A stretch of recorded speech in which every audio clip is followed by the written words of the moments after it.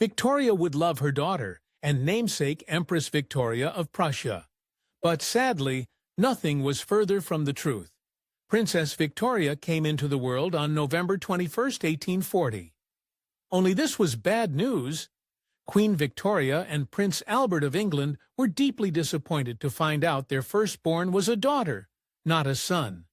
Even the attending doctor sang sadly to the Queen, "Oh, madam, it's a girl." And not a good start to what was supposed to be a charmed royal life. And as we'll see, the bad times only continued. Despite these rocky beginnings, the little girl developed a close bond with her father, Prince Albert. He and the family lovingly called her Vicky for the rest of her life. Her powerful mother, however, was a different story. Although Queen Victoria loved her daughter in her own way, their relationship was chilly and distant. Growing up in the royal palace, Vicky had to meet excruciatingly high expectations.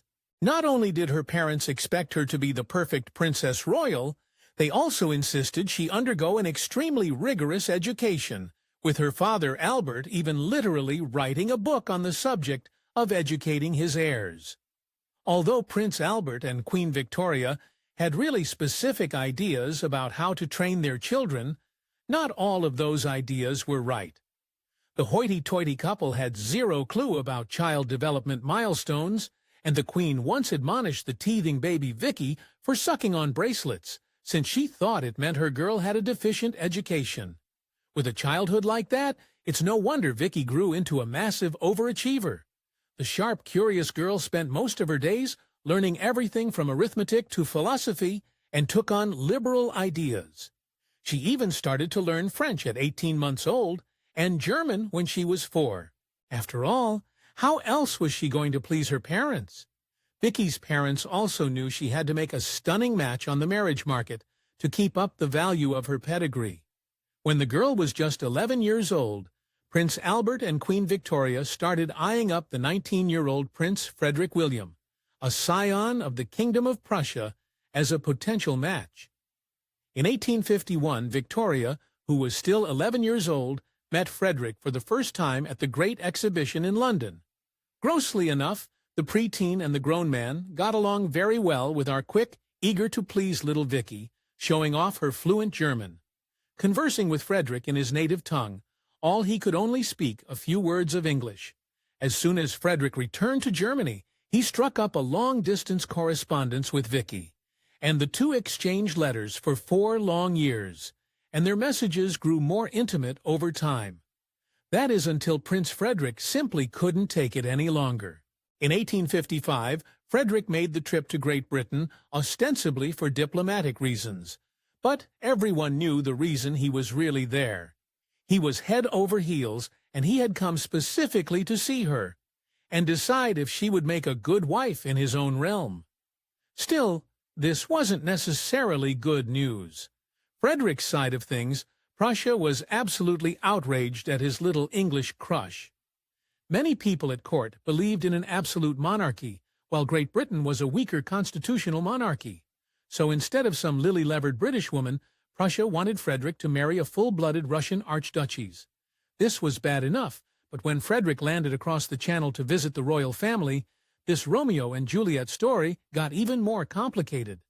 When the love-lord Frederick visited this time, Vicky was 15 years old and slightly more acceptable as an object of marital affection. But standing at 4 feet 11 inches short and with a big brown face like her mother's, the Princess Royal wasn't an ideal beauty of the era. Indeed, Queen Victoria considered her daughter's look so offensive, she worried that Frederick would get one glimpse of her and walk away. Absence must really make the heart grow fonder, because Vicky and the prince hit it off immediately again in person. After just 3 days with the family, Frederick sealed the deal and asked the monarchs for their daughter's hand in marriage. They said yes, though they thankfully insisted the couple wait until Vicky was 17 to tie the knot. The fairy tale had been 4 long years in the making, yet little did they know it would turn into a nightmare. Usually the announcement of a royal wedding is met with excitement throughout the nation, but Vicky was in for a huge disappointment. If the Prussian people weren't so hot on her as a bride, the Brits hated Frederick even more as a groom, calling his family a miserable dynasty in the press. Was this foreshadowing? You bet. Even the lead up to Vicky's wedding was full of controversy. The British royal family was at loggerheads with Frederick's stubborn and much more traditional parents, Wilhelm and Augusta. When Vicky requested to bring two of her own ladies-in-waiting with her to the foreign land, the answer back from Berlin was a cold no. As the wedding approached, the family feud only heated up. Prince Frederick's family wanted to do everything their way, and they insisted that Victoria, Princess Royal, and he get married in Berlin in full view of the Prussian court. The response back was brutal. Queen Victoria put her darn foot down on that little indignity, and the daunting woman got her way, setting the wedding in St. James's Palace in London. On January 25, 1858, Frederick and Vicky finally got married, with the bride wearing a flouncing Honiton lace confection, complete with an enormous 3-yard train and delicate wreaths of orange and myrtle blossoms. Once the staunchly English ceremony was over, however, Vicky whisked herself off to Berlin, and it was there her real troubles started. Frederick and Vicky were young, in love, and probably raring to kickstart a blissful honeymoon period. Fate, however, had more bitter plans in store. After years of sniping between Great Britain and Prussia, the German court fully despised Vicky, and she endured open insults from many members of Frederick's extensive family. In true catty style, though, they dealt their worst blow without saying a single word. At this point, Frederick's uncle, King Frederick William IV, was the ruler of Prussia, and he gave the Neelywoods a chilly reception, almost literally. Upon their arrival, the king posted them up in a derelict wing of the Berlin Royal Palace, a section of the building that was so shabby and outdated, it didn't even have a bath. Vicky's mother-in-law, Princess Augusta, took the opposite of shining to her daughter-in-law. Although the two women both held liberal views, Augusta preferred to criticize Vicky about the pettiest things rather than converse with her own philosophy. When Vicky once decided to take a modern landau coach out of the town, Augusta sniped that she should have taken this to tell her Baruch. Though only 17 years old and in a completely new country, the Berlin court expected Vicky to endure a grueling schedule of traditional pomp and circumstance, including appearing at formal dinners and public performances every night, usually staying past midnight. Then she would have to wake up at the crack of dawn, get dressed in full regalia, and greet people at 7 a.m. Besides all this, Vicky's endless duties were utterly thankless. King Frederick William gave his nephew Prince Frederick a paltry allowance for his troubles, and the amount was so meager that Vicky often had to dip into her own dowry to keep her and her husband in a presentable state. This grueling existence had to take a toll on the young girl, and it soon showed. As a 17-year-old bride, Vicky was nothing if not dutiful. In less than a year into her marriage, the teenager was pregnant. The Prussian court couldn't take that away from her, and Vicky started nesting up a storm in preparation for the heir on the way. In late January 1859, she went into labor. From the very moment Vicky started feeling contractions, everything went wrong. The maid who was supposed to get the doctors laid doing her duties, and when the medics finally did come, it didn't get better. Vicky was embarrassingly just in final nightgown, and they hesitated to examine her. It spiraled from there. The ineptness of the attendants was one thing, but Vicky was in even grave or danger. As it turned out, the baby was in breech position, which made the delivery long, complicated, and near fatal for both her and her unborn child. When the doctors finally did deliver a living baby boy, they breathed a sigh of relief, and then they caught their breath. When Vicky caught sight of her son, her relief turned into a profound sense of despair. Throughout the excruciating birth, the baby, who Vicky named Wilhelm, had suffered nerve damage around his shoulder, and had possibly even experienced a lack of oxygen to his brain for an incredible 10 minutes. When Vicky saw the extent of her baby's injuries, doctors had to do all they could to calm the new mother and assure her the newborn would recover from his complications. Sadly, they were wrong. The trauma would eventually wither little Wilhelm's left arm and make it a full 15 centimeters shorter than his right arm. Shocked and disbelieving, the royal couple had to make a gut-wrenching decision. Vicky couldn't stand the thought of announcing to the horrible Prussian court that she had somehow failed in her first task of motherhood. Instead, she and Frederick lied about little Wilhelm's true condition, keeping it secret.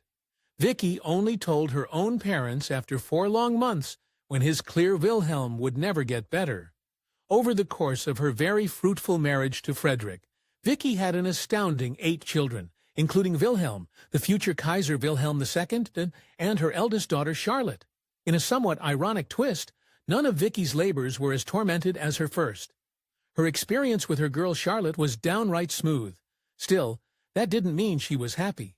As Wilhelm grew up, Vicky showed some disturbing tendencies.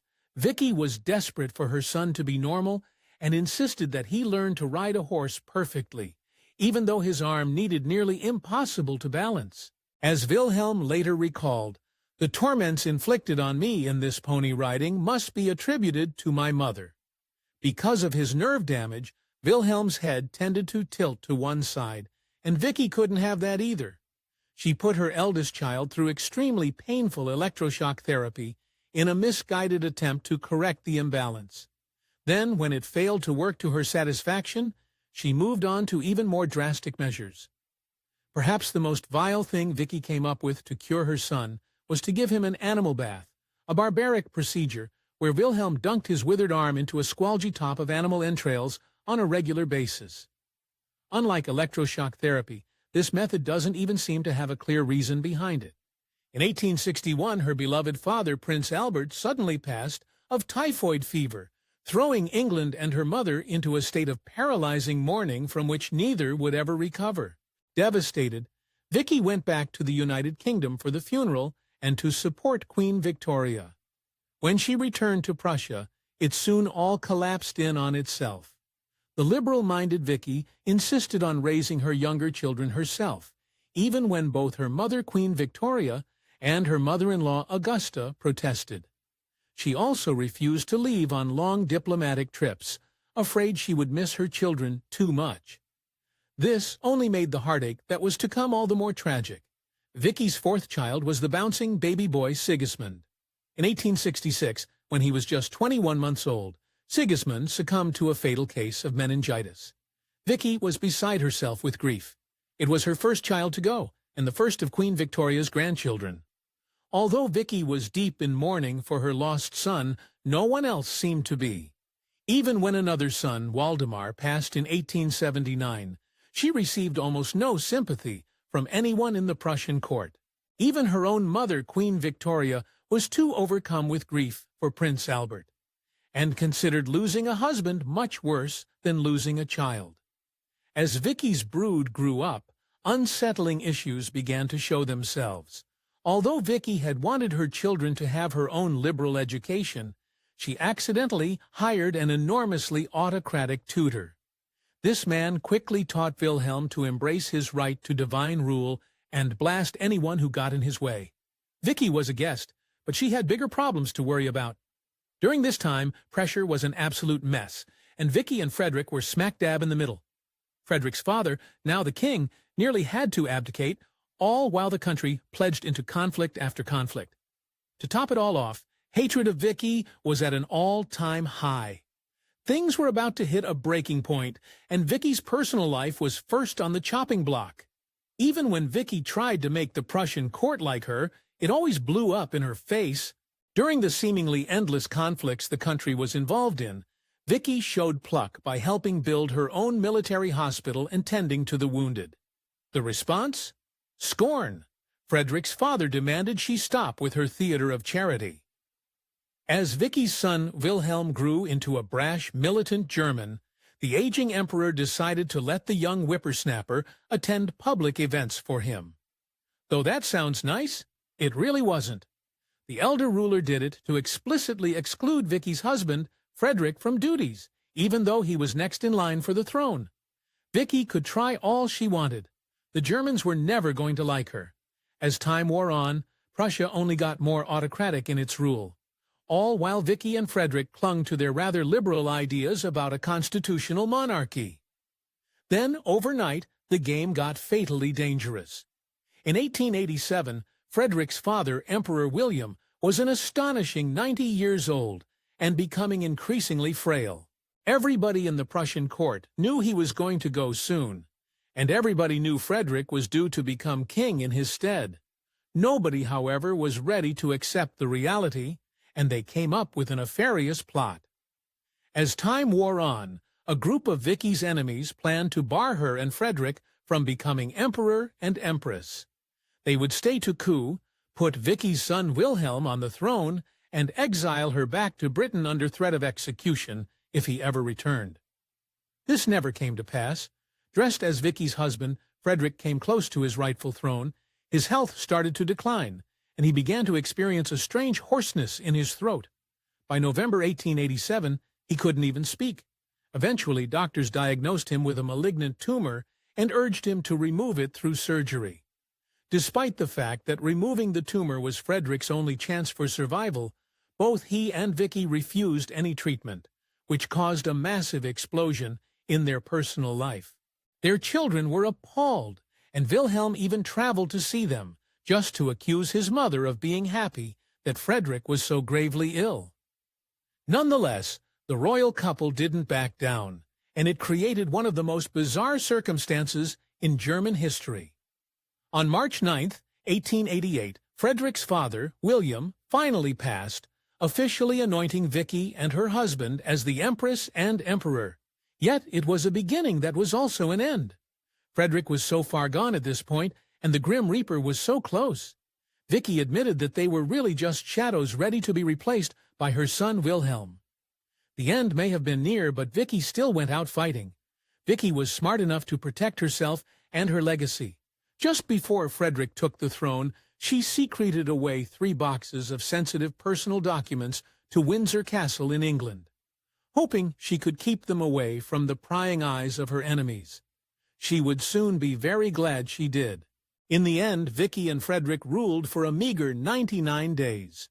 Frederick conserved every breath and every ounce of his energy, but he still passed on June 15, 1888, just months after his father.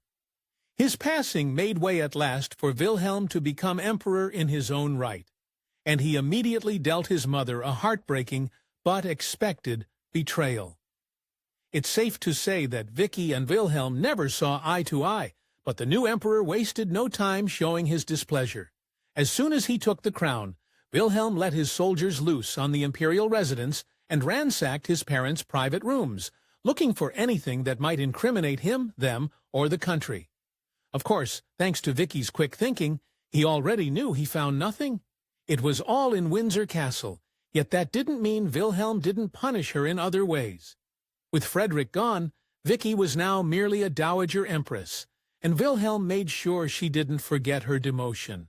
He kicked her out of the palace and kept her almost entirely excluded from society, even passing her over for traditional dowager duties like becoming a patron of the German Red Cross. Though even in her later years, Vicky never hesitated to knock Wilhelm down a peg. When the traveling emperor wrote in a foreign guest book, "The will of the king is the supreme law," Vicky didn't mince words about his weird tourist flex. Writing to her mother, she referred to the fallen kings of yore, sneering, "The Tsar, an infallible pope, a Bourbon, or our poor Charles," I might have pronounced that phrase, but a monarch of the 19th century. Throughout Vicky's early years at the Prussian court, Queen Victoria was no help at all. Instead of commiserating with her daughter, the Queen reprimanded Vicky for caving too much into the Prussian demands, saying she was her British princess, first and foremost. In other words, Vicky was getting it from both sides. One of the biggest sticking points for poor Vicky, when the Duchess of Orléans, a distant relative of both her and her husband's family, passed. Sure, that doesn't seem like the biggest deal, but it turned into an absolute horror. British protocol dictated a month of mourning, while the Prussians only dressed in black for a week, and Vicky made the wrong choice.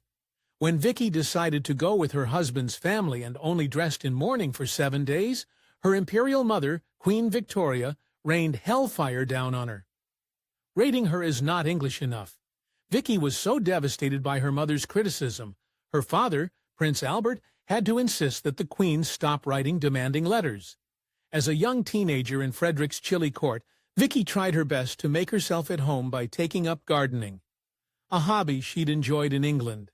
It backfired horribly. While English-style gardens were geometric and simple, the Prussians preferred more ornate greenery and took Vicky's taste as yet another affront. Vicky's faux pas kick-started the Anglo-Prussian Garden War, a subterranean battle for the palace's leafy greens. Yes, these people really had nothing better to do. By 1898, Vicky's own health failed her, and she was suffering from terminal breast cancer, but she had one scandalous dying wish. Terrified once more that her son would use her private letters against her, she spirited her more recent messages back to England, again via a complicated cloak-and-dagger operation, and a willing godson. While Wilhelm gave her tension headaches, Vicky's daughter Charlotte was a whole other ballgame. Temperamental, a compulsive gossip, and a nasty prankster. Many historians believe Charlotte had porphyria, a hereditary illness that ran through the British monarchy. If this is true, it may also reveal a deep secret about Vicky herself. Throughout her time as a princess of Germany, Vicky suffered from strange headaches and skin rashes, and she tended to self-medicate these problems with a hefty dose of morphine. Today, some experts believe that Vicky may have had her own mild form of porphyria, since the illness could also explain this collection of symptoms. The thing is, Vicky may have had a very good reason to hide her letters from Wilhelm. Some of her messes were so scathing they're impossible to forget. In one she wrote to her parents when Wilhelm was young, Vicky confessed, "He is really smart for his age. If only he didn't have that unfortunate arm, I would be so proud of him." The last years of Vicky's life transformed the Spitfire Dowager into a shade of her former self. Her breast cancer kept her confined to her bed. Yet she still held on to life. It was only years later, on August 5, 1901, that the Princess Royal and Queen Victoria's eldest daughter passed at the age of 60. She would leave behind a brutal legacy. In the end, Wilhelm really should have listened to his mother. The decades of autocratic rule on the outbreak of World War I, Wilhelm was the last emperor of Germany. In 1918, he lost all support and power and had to flee to exile in the Netherlands. Yep, Wilhelm finally found out that the will of the king was not supreme law, but his mother Vicky could have told him that. Thanks for watching History Exposé. If you love uncovering the best stories in history, hit like and subscribe to keep exploring with us. Don't forget to visit our main page Fact Night for more incredible facts about everything.